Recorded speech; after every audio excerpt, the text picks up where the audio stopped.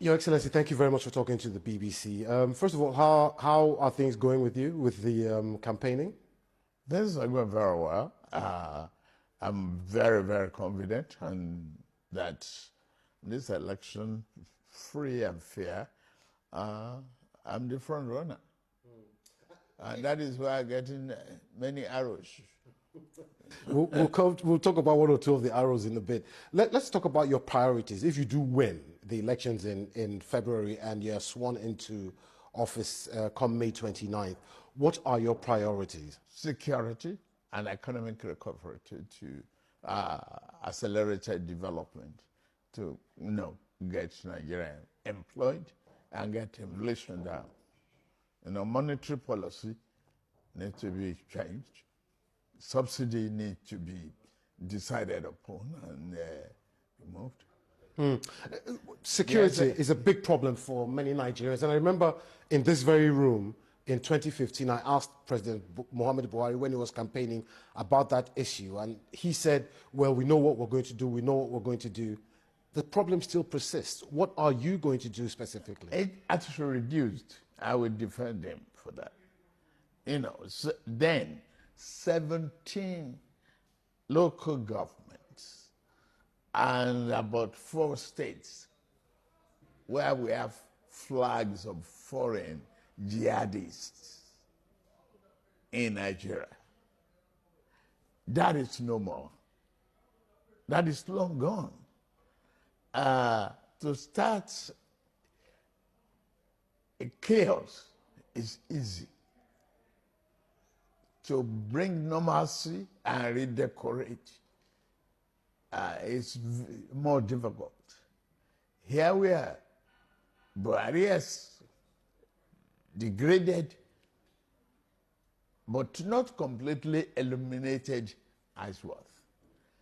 Then we talk briefly of lethal weapons and ammunition and technology equipment that could help accelerate the cleanup of those. The West is yet to feel comfortable enough with the Buhari administration to sell us the arms. Do you think that will change? That might change with you, or will that change with you?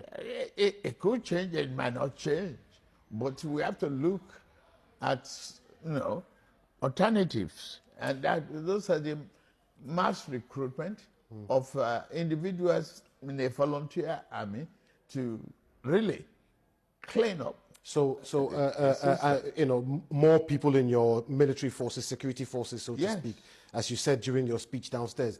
Now, I just want to move away from that because I realize we don't have much time. There's also the issue of, Nigerians have lived under this Buhari administration for 8 years now, almost 8 years.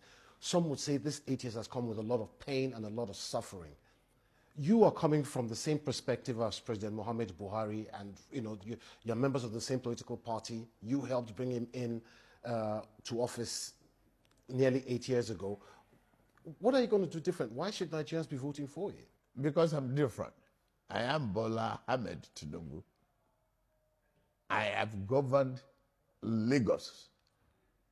I've built a model state that could be a country on its own. I've led an administration that is so prudent. From 600 million internally generated revenue to 5 billion a month. That's a record. Nobody else can brag about that. I've treated and tamed the Atlantic Ocean surge in Nigeria that will have perished many people in Lagos. The infrastructural renewal of Lagos is excellent. I've continuity in Lagos. Buhari has done his best. I can't run away from him being my friend, my leader in the party. I will not. Okay, sir. I mean, when you talk about money generated in Lagos, and I want to come to your own personal self. When you talk about, you're a very wealthy man. How do you know? Well, I mean... you are not in my account. I'm not in your account, but This is speculation, and it's fine. You can actually rebut it or not. When I look at some publications and they say they're worth 4 billion, some is even more than that, but you refuse to explain where your wealth comes from. I know where you live in Lagos. It's a massive, sprawling mansion that takes up nearly a quarter of a street in a very expensive suburb. Why do you refuse? I mean, don't Nigerians have the right to know where the wealth of their next leader comes from?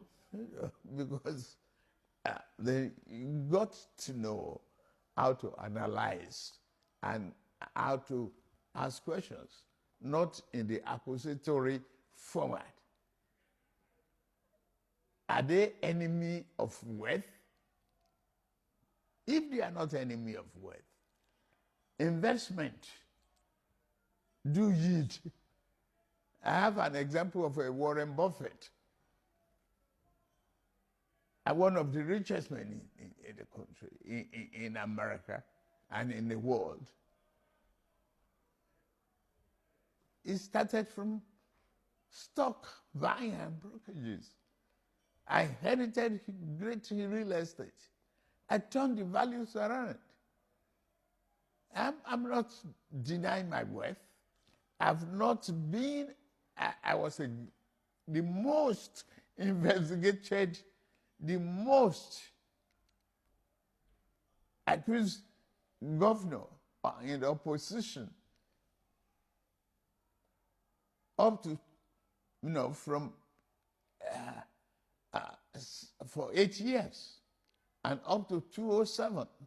And since I left the office, I'm still there. I've not taken any government appointment, no government contract. Yes, but some say the legacy you left in Lagos State was that, you were getting a share of the revenue that Lagos State was generating. Hey, excuse me, share what? Have they proven it? The World Bank has, IMF has investigated the record in Lagos. What's wrong with them? And I want to move away from that. It's envy. I think you've kind of explained that, and we don't have much time. If you are not running for president, sir, you have two main opposition candidates, Abubakar Atiku and Peter Obi, who people are saying, he's the young upstart, and I mean that in a very positive way. Young where? Young upstart. Have they been governor of Anambra 8 years? Anyway, Your Excellency, if you weren't running for president, which of your two major opponents would you be voting for? None. Why not? Because they are not as competent as any other person out there. They have no track record. None of them is qualified except me.